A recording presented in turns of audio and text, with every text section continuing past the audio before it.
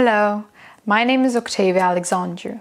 I am 17 years old, I live in Kingston upon Thames, and I am happy to audition for the NYT. If I may be so bold, I prefer live auditions instead of self-tapes, because that way I can enjoy the experience of responding to directions and try my best to deliver the audition as you like it. Otherwise, it might be construed as a comedy of errors, and I, as the passionate pilgrim, will end up like Ophelia or Yorick. So trusting that my delivered performance will please the audience, and then all's well that ends well. Acting is not the only passion that I have. I love Shakespeare, and studying his works is a journey that I started 2 years ago at the Royal Academy of Dramatic Art. I didn't expect that spending time to understand his messages, I will fall in love with his writings. I dance and train since being a toddler. Being homeschooled, I've always developed an interest in directing, storyboarding, photography, and film editing. I am fascinated by any of the production art branches. So as a performer, for me it's hugely captivating to know and understand how to deliver the best that I can. Not just for the audience or just for the director, but for the entire production team. I have always been a team player. I love working in teams to see the different visions people have towards something. It is rewarding. A collaborative team is key to a successful result.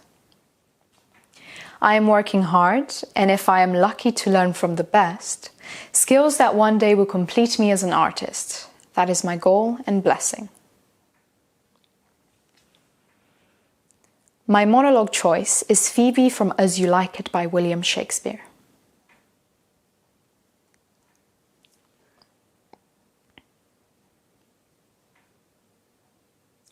Think not I love him, though I ask for him. 'Tis but a peevish boy, yet he talks well. But what care I for words? Yet words do well, when he that speaks them pleases those that hear. It is a pretty youth, not very pretty.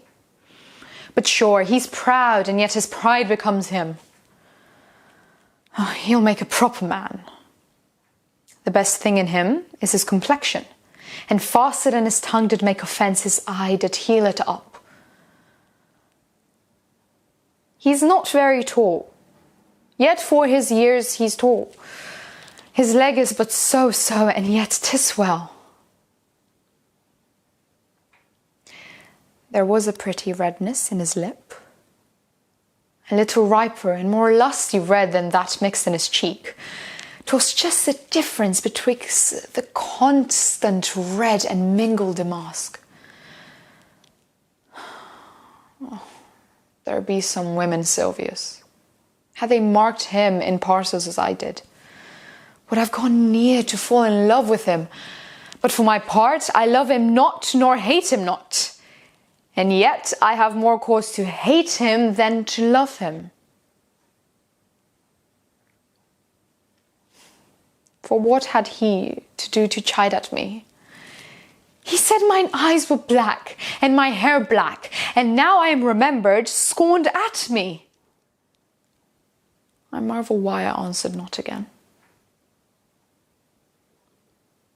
But that's all one. Omittance is no quittance. I'll write to him a very taunting letter, and thou shalt bear it. Wilt thou, Sylvius?